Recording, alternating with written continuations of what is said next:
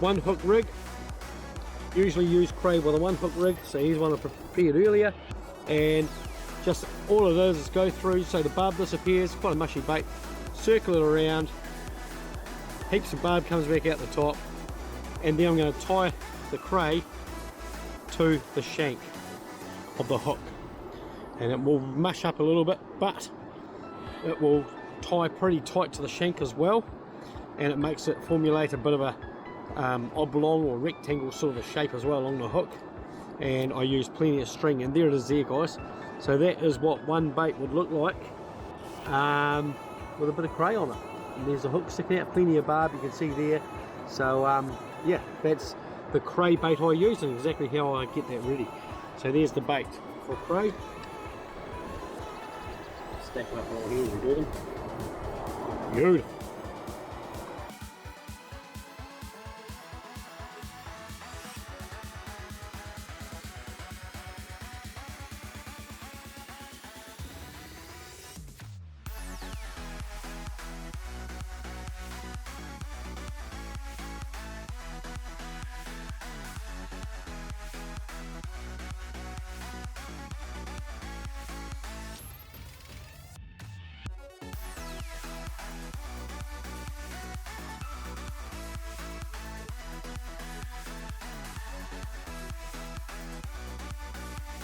So two hook rig, one I prepared earlier with a skirt on it.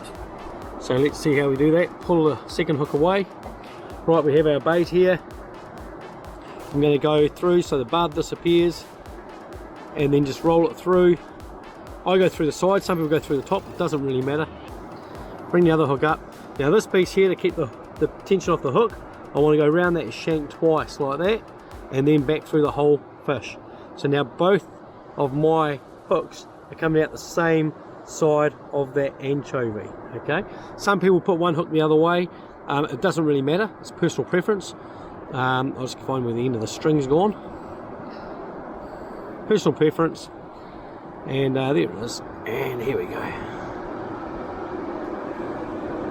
Right, bait buddy to the hook, all the way along, up the shank, into that second hook, the keeper, the little hook, and again tie all the way to that shank, right to the end of the tail. Can never have too much string. Break it off, pull that bit there down so it goes onto the fish, and there is our anchovy bait ready to go. So that's how I do my anchovies, and that's ready to be deployed there. So there you go, team, that's one anchovy.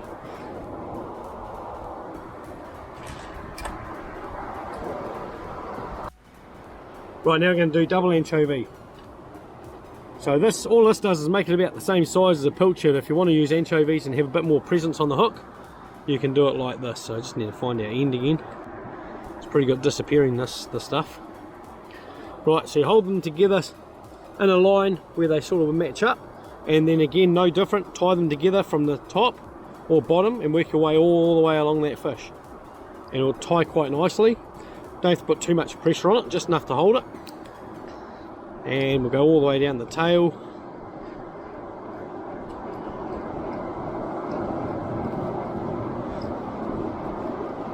Like so, and then we're going to go all the way back up. No different if I was doing a single to a double. Same thing, plenty of string, never have too much string. Okay, back up the top, break it off. Now we're going to put it on a two hook rig. So we'll find another two hook rig.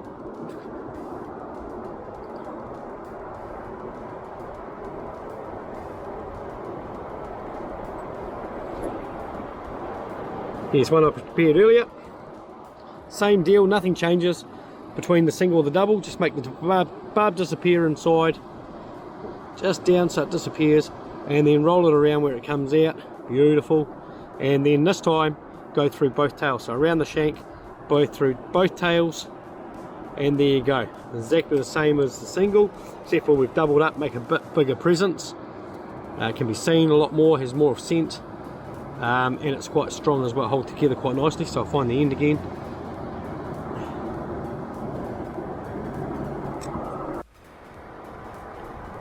Right, so we've got our our string, and exactly the same as the single, no different. We start across the shank at the big end of the hook, so we find our end.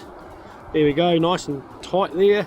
Work our way along both fish all the way down to that keeper hook, and then tie it to the keeper hook, around everything to the shank, and then back up.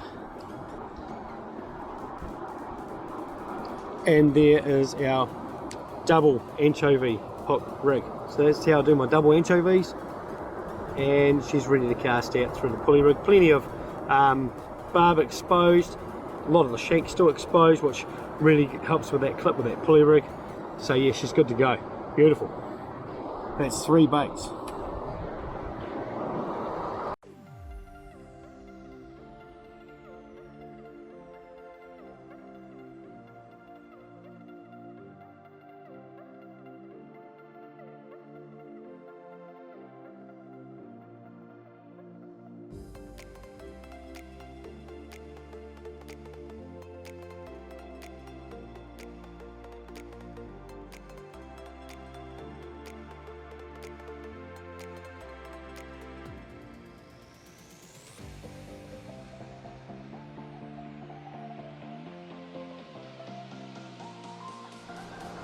Right, so now we're going to do pilly tail, which is my go-to really.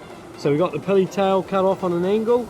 The reason it's on an angle is it gives me more backbone up here to get 2 hooks through. So I'm going to start off by pre-wrapping that bait. So when you pre-wrap, it's to hold the bait together. When you tie it to your hook, so it doesn't come off your hook when it hits the water. That's why I do 2 ties. One's for the bait, the other one is for the impact of the water. It's not going to fly off your hooks. So it's still there, sitting firm underneath that water, waiting for that fish to come and bite. So again, up, down, up. There, 2 hook rig for these. Generally, I always use 2 hook rigs. Generally, the reason being is the keeper hook holds in the line for good distance and keeps it, aerodynamic. However, I have pulled in more fish on the keeper hook than I have the main hook with these 2 hook rigs. So I love them. Some people don't. I do. I swear by 2 hook rigs, and they've caught me many a fish on the small hook before. Again, you can do it through the top. I go through the side. No different to the anchovy, round through the tail, and there it is there. So what I want to do is tie it up again as I have on all the others.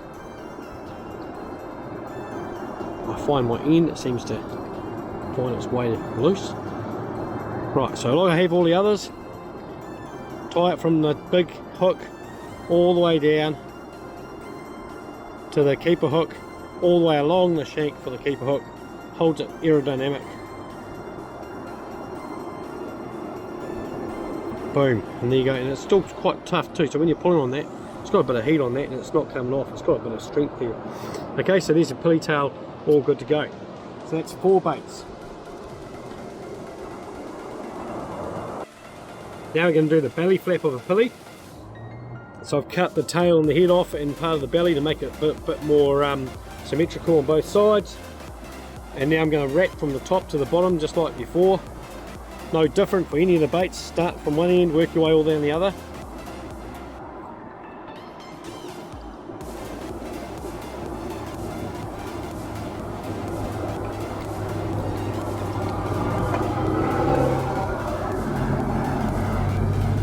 Back up like a mummy. Alright, so there it is there. 2 hook rig again. Okay, and through the top or the side, up to you. I always go for the side. I find it easier. There's personal preference really. There we go. Bring it up. No different before. Always wrap around and then go through. And there's that bait there. And this is the belly flap of the Pilchard. Again, tie to the hook so it doesn't blow off.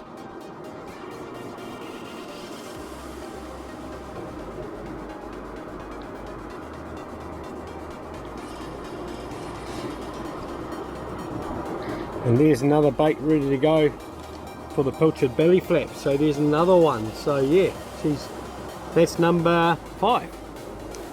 5 baits ready to go.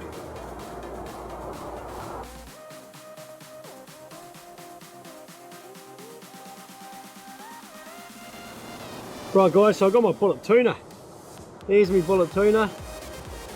Okay, just a slab like a fillet.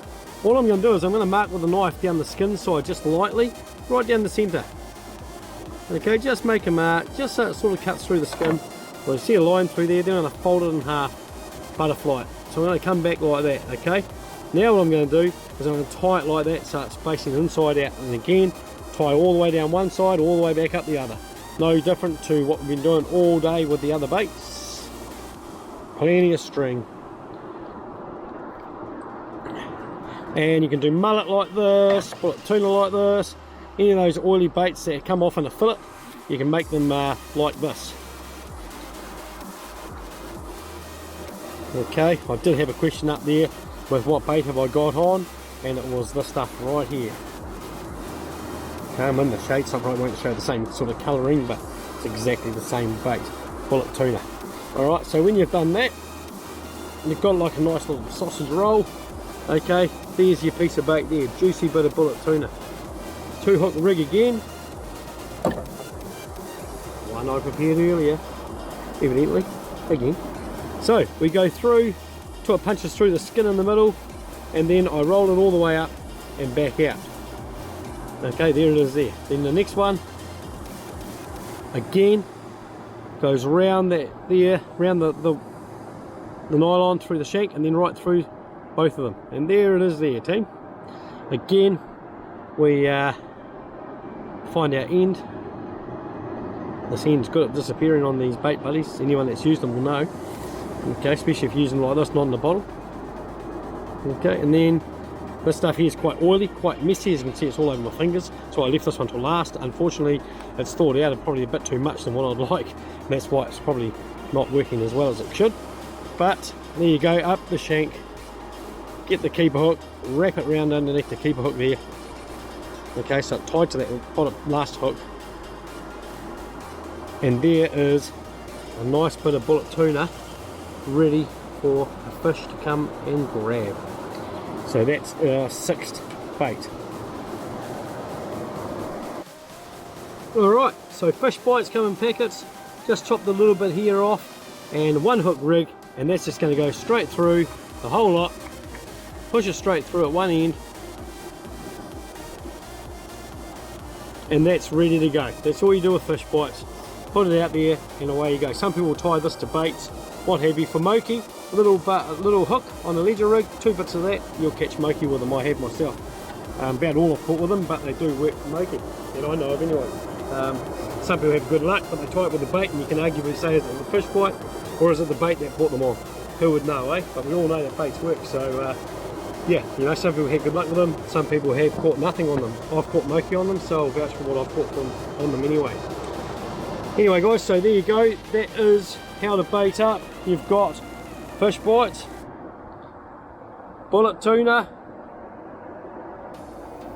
pilchard belly flap, pilchard tail, double anchovy, give that more presence in the water, a normal anchovy, and then you've got crayfish, which is generally what I go for, and usually only use 1 hook on those because they're too mushy for 2, so catch quite a bit on the cray.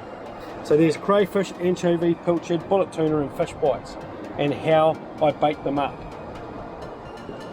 Anyway guys, I hope that's helped some of you guys. I have done a video on baiting up at home before. I'm out at the stunning location here of Waitariri Beach. There's Kapiti Island down there. A little bit dirty and close, but pretty clean and flat out there otherwise. And yeah, so that's a little bit about baiting up the most common baits that I use.